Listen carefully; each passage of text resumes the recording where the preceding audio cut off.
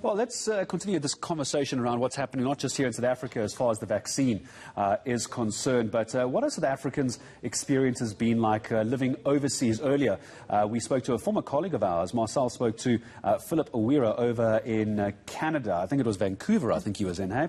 And he was giving us his impressions of what it's like over there. Now let's go north of us, more directly north of us, and take you over to the UK. We take you to Ipswich now. It's Tuan Schultz, who's joining us all the way from that part of the world. He's a software engineer. Tuan, good morning. Thanks for your time in speaking to us here on ENCA. So hard lockdowns, various changes to vaccination plans over in the UK as well. Tell me about your experience. What's it like at the moment with the vaccination systems? Well, so far it seems to have been very professionally rolled out. We're sitting, I believe, at about 55% of the population vaccinated so far.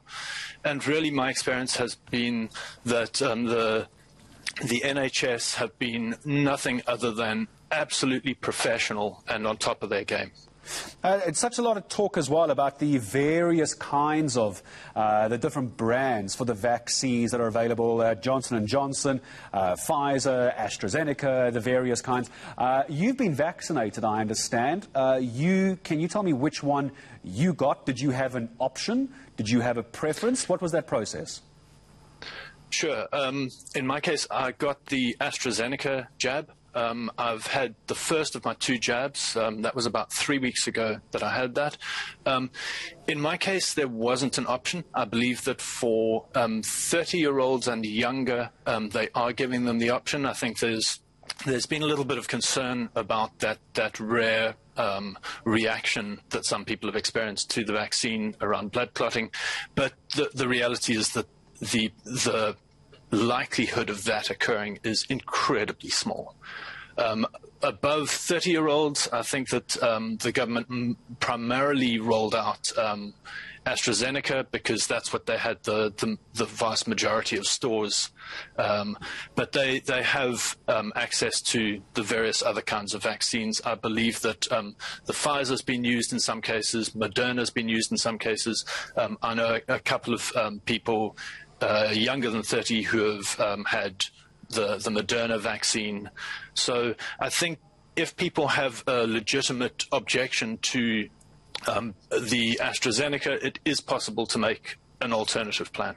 So tell us about the vaccination process itself. I'm not sure how much of the news you're following here in South Africa. There's obviously concerns here about very long queues, not enough vaccinations, the registration of vaccinations. I'm sure you might be following that. Over there, how simple was the process? Did you get an SMS, a WhatsApp? Did you simply walk down to your local corner pharmacy? Take me through that experience. Sure. In my case, it was really very simple. I actually received 2 text messages, one from my local surgery and one from the NHS directly. Each of those had a URL to follow. I then went to the NHS website, got myself signed up for a vaccine. It took all of 5 minutes to book an appointment, and it was at one of the pharmacies local. It was about 3 or 4 kilometers away from me. I was lucky the queues were very short on the day that I went. I think there might have been 2 people in the queue ahead of me when I arrived. I must have waited for no longer than about 10 minutes, got the jab, which took about 3 or 4 minutes, and then they typically ask people to stick around for another 10 minutes just to ensure that there are no severe kind of allergic reactions. And, yep, that was it. I was fairly lucky in that regard. I have spoken to a few people who ended up queuing for much longer. But I think generally it hasn't been too bad. In the last 30 seconds or so I have with you, Tuan, before I say goodbye to you, side effects for you or people that you know, any side effects that you can report back on? Sure. I was very lucky. Again, I experienced almost no side effects. I didn't even have a sore arm after the fact. I felt a little bit tired and stiff the following day, but certainly nothing significant. I do know people who have had slightly more severe symptoms, a little bit of flu-like symptoms, and kind of sore arm for a week or so afterwards. But so far, it doesn't seem to be a serious thing from a side effect perspective.